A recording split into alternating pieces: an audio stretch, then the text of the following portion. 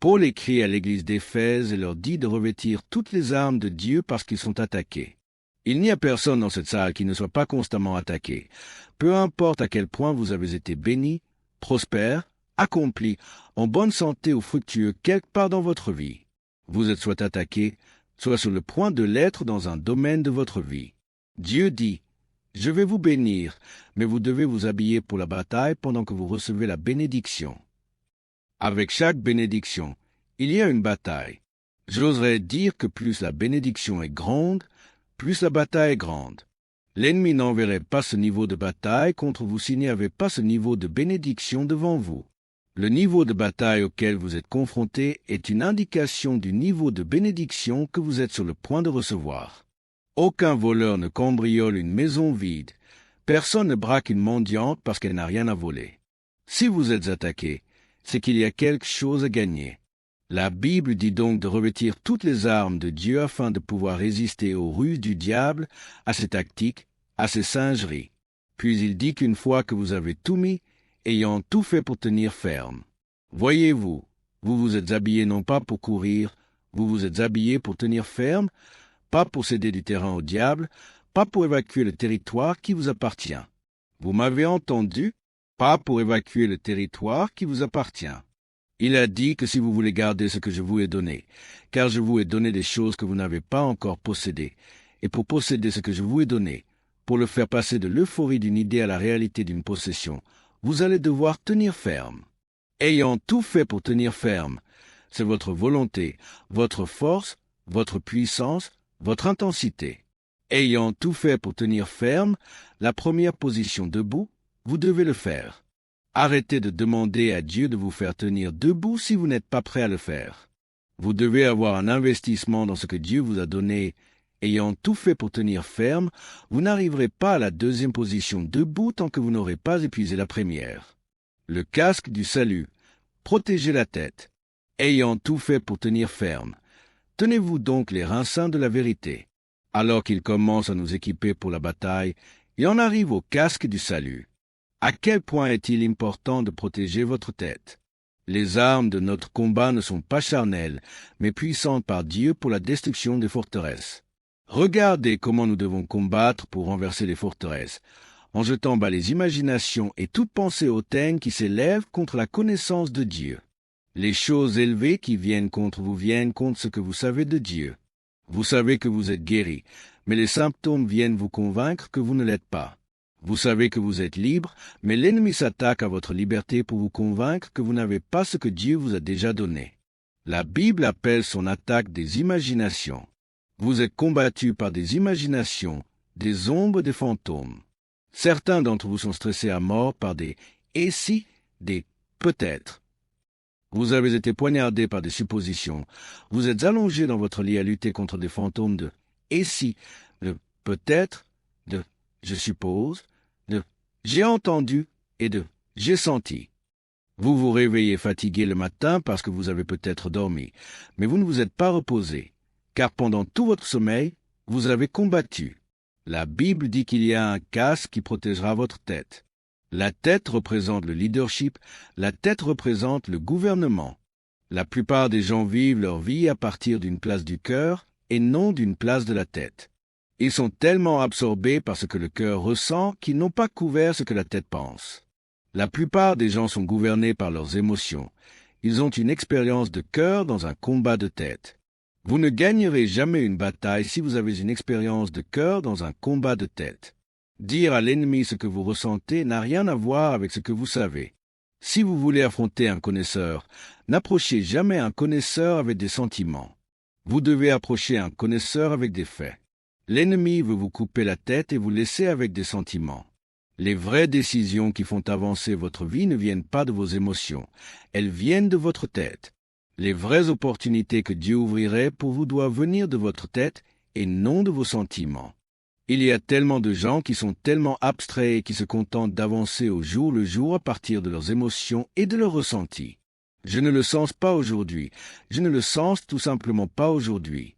Revenez jeudi, je le sentirai peut-être jeudi.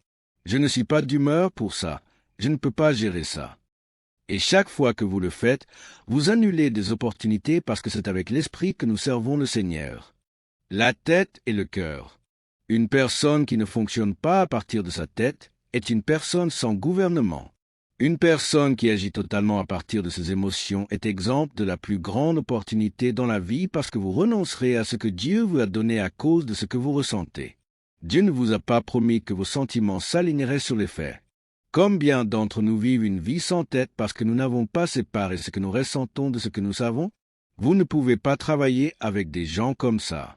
Vous ne pouvez vraiment pas travailler avec des gens comme ça parce que si je critique votre travail, cela ne signifie pas que je vous critique. Et devoir garder vos sentiments quand je n'ai pas le temps de les garder. J'ai besoin que vous corrigiez le problème et retourniez au travail. Ce n'est pas personnel si vous le faites bien. N'est-ce pas ce que Dieu a dit à Caïn? Pourquoi ton visage est-il abattu, Caïn? Pourquoi es-tu en train de délirer sur ces choses? Si tu fais le bien, ne serais-je pas content de toi? Il a dit, je ne suis pas contre toi, Caïn. Je suis contre ce que tu as fait. Et si tu corriges ce que tu as fait, je te bénirai comme je l'ai béni. Alors arrête de délirer. Caïn, écarte ton cœur de ta tête et je te ferai avancer. Je sais que c'est un choc culturel pour beaucoup d'entre vous, car tout ce que vous avez obtenu, vous l'avez obtenu par vos sentiments. Mais laissez-moi vous dire que le diable ne vous combat pas pour vos sentiments, il vous combat pour votre tête. Il vous donne des images, des imaginations et des menaces de catastrophe pour plonger votre tête dans un mode de panique afin que vous régressiez mentalement par rapport au leadership dont le reste de vous a besoin. Cela doit venir des faits et non des sentiments. Il est écrit, « Tu ne tenteras point le Seigneur ton Dieu ». Il est écrit. Pas une seule fois vous n'entendez Jésus dire, « J'ai tellement faim, diable, j'ai tellement faim cette fois-ci. Laisse-moi transformer cette pierre en pain, car un frère comme moi a toutes sortes de gargouillis dans l'estomac. Écoute, ça fait 40 jours, diable, pas seulement une nuit. Tu sais, 40 jours, tu devrais avoir un peu de compassion pour moi. » Il n'a pas approché le diable avec des sentiments, car le diable n'a aucune compassion. Le danger de perdre sa tête. Quoi que vous fassiez, ne perdez pas la tête. Retirez vos sentiments de là, retirez vos insécurités de là. Ces voix d'enfance qui reviennent vous attaquer pour le reste de votre vie sont les outils que le diable utilise pour vous faire régresser par rapport à ce que Dieu vous a créé pour être. Tenez-vous sur ce que vous savez. La Bible dit, dans le premier livre de Samuel, en parlant d'Élie, que la parole de l'Éternel était rare en ces jours-là. La parole de l'Éternel était rare en ces jours-là. Il n'y avait pas de vision ouverte. Élie vivait, mais il perdait la tête. La vision vient de votre tête. La parole est prononcée par votre bouche, qui est dans votre tête. La parole était rare, la vision était faible, et le royaume s'effondrait à cause de ce qui était vide dans la tête, qui avait détruit le succès du royaume, du sacerdoce, de la sainteté, du ministère, parce que le sacerdoce était sans tête. La sexualité faisait des ravages. Ophni et Phiné parcouraient l'église, parcouraient les femmes comme un renard dans un poulailler parce que l'endroit était sans tête. Élie n'était pas assez fort pour chasser son propre enfant parce que ses émotions le guidaient et non sa tête. La parole de l'Éternel était rare en ces jours-là. La Bible dit qu'il n'y avait pas de vision ouverte et finalement, quand tout a été dit et fait, ils sont sortis pour combattre les Philistins et ils ont été vaincus. Il aurait pu supporter ça. Ophni a été tué, son fils. Il aurait pu supporter ça. Phiné a été tué aussi. Il aurait pu supporter ça. Mais quand ils lui ont dit que la gloire de l'Éternel était partie, il est tombé de son trône et comble de tout, il s'est brisé le cou. Sa tête est tombée. C'est ce que j'essaie de vous dire. Le dernier petit morceau de gouvernement est tombé, et chaque fois que vous voyez la tête tomber, il y a un changement d'autorité. Samuel arrive à une place de proéminence parce que la tête qui s'en va signifie le retrait du gouvernement. Êtes-vous un royaume sans roi? Êtes-vous tellement occupé à gérer les relations émotionnelles que vous n'avez pas l'énergie de penser les pensées que vous devez penser pour aller où vous devez aller? Êtes-vous tellement occupé à gérer vos sentiments et ceux des gens autour de vous, à essayer de leur faire ressentir ce que vous ressentez, à avoir besoin de ce dont vous avez besoin et à vouloir ce que vous voulez, que vous n'avancez pas dans la vie parce que vous dirigez avec votre cœur et non avec votre tête? Vous ne pouvez pas vous en sortir en pleurant. Vous ne pouvez pas vous en sortir en vous disputant. Vous vous êtes brisé le cou 4 ou 5 fois et cela n'a pas changé votre vie. La loyauté envers l'inefficacité. La définition de la folie est de continuer à faire la même chose en s'attendant à un résultat différent. Alors pourquoi faites-vous ce qui ne fonctionne pas? Si se mettre en colère contre elle ne fonctionne pas, pourquoi continuez-vous à le faire? Si lui dire le fond de votre pensée n'a pas fonctionné pendant les 15 premières années, ne serait-il pas temps maintenant de changer de stratégie? Pourquoi sommes-nous loyaux envers l'inefficacité? Nous fréquentons l'efficacité, mais nous épousons l'inefficacité. Nous visitons l'efficacité pour le week-end dans un message de motivation le dimanche et une émission de télévision spéciale. Nous aimons la visiter, mais nous sommes mariés à des habitudes qui sont inefficaces et nous sommes loyaux envers des choses dont nous savons qu'elles ne fonctionnent pas, mais parce que c'est ce que je ressens. Prenez le casque du salut. Élie a perdu la tête, et le pouvoir a changé, et le monde a changé. Et chaque fois que ce qui était a perdu la tête, ce qui est viendra. Le pouvoir a perdu la tête. Ils ont dit, « Icabo, la gloire est partie. » Je suppose qu'elle a fait. La gloire, pas parce que la tête est partie. Je vous ai dit que l'onction vient sur la tête. S'il n'y a pas de tête, il n'y a pas de gloire. Élie s'est brisé le cou, a perdu la tête. Oui, la gloire est partie parce que la gloire ne tombe que sur une tête claire.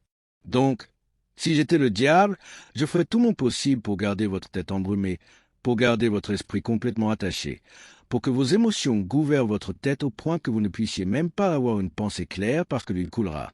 Tu vois ma tête d'huile? Maintenant ma coupe déborde. Ma coupe ne peut pas déborder si ma tête n'est pas ointe d'huile. Ma coupe ne fait que recueillir les résidus de ce que ma tête a reçu en premier. Jean-Baptiste prêche dans le désert.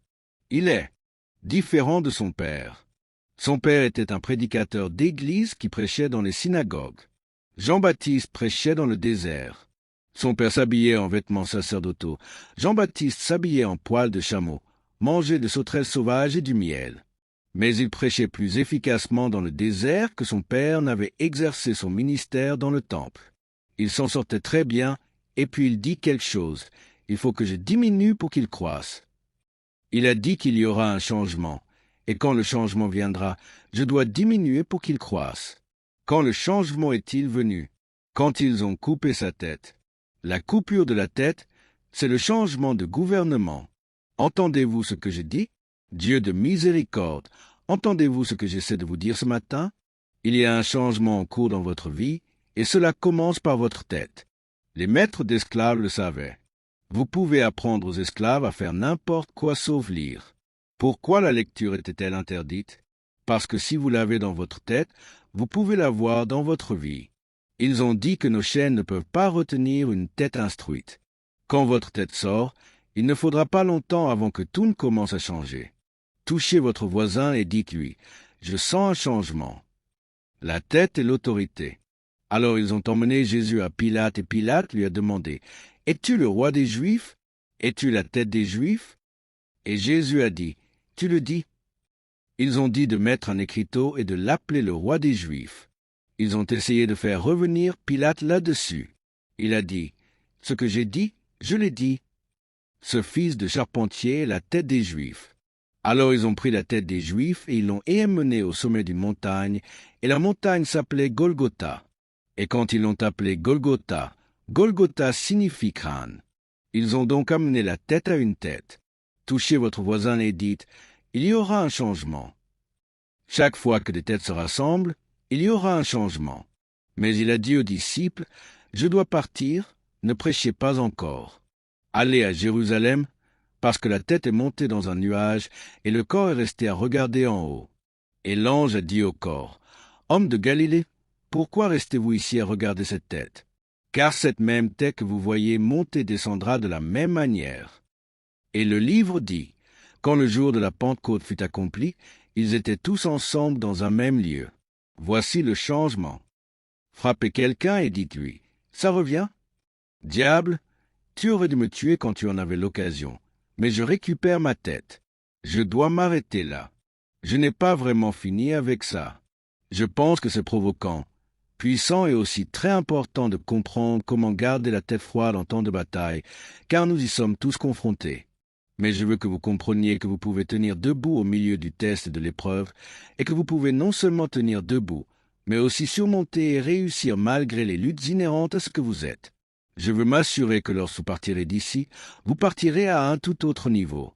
Vous n'avez pas à vivre dans l'obscurité en ayant l'impression de ne jamais savoir quoi faire. Dieu vous conduira, vous guidera et vous dirigera. Il n'est pas une entité abstraite, il n'est pas seulement Jésus. Un appel à l'action et la prière. Savez-vous à quel point son nom est fort? J'ai juste besoin que vous tendiez la main dans les cieux et que vous saisissiez grand. J'ai besoin que vous le relâchiez sur votre vie. Vous voulez juste regarder en arrière et creuser pour voir ce que Dieu a fait dans votre vie, puis cela vous donnera un indice sur l'endroit où vous allez maintenant. Chaque jour où vous vous réveillez, vous ajoutez au royaume, vous soustrayez de l'enfer, et c'est pourquoi le diable ne peut pas vous supporter. Je sais qu'il y a une force sur la planète bien supérieure au fait, et c'est ce qu'on appelle la vérité de la parole de Dieu. L'onction vient sur votre vie pour changer votre saison. Vous voulez racheter les années que vous avez perdues de votre vie? Arrêtez de suivre vos émotions. Allez-y la tête la première. Et Dieu a dit, « Je vous rendrai le temps que vous avez perdu. Je restaurerai à partir des erreurs que vous avez commises.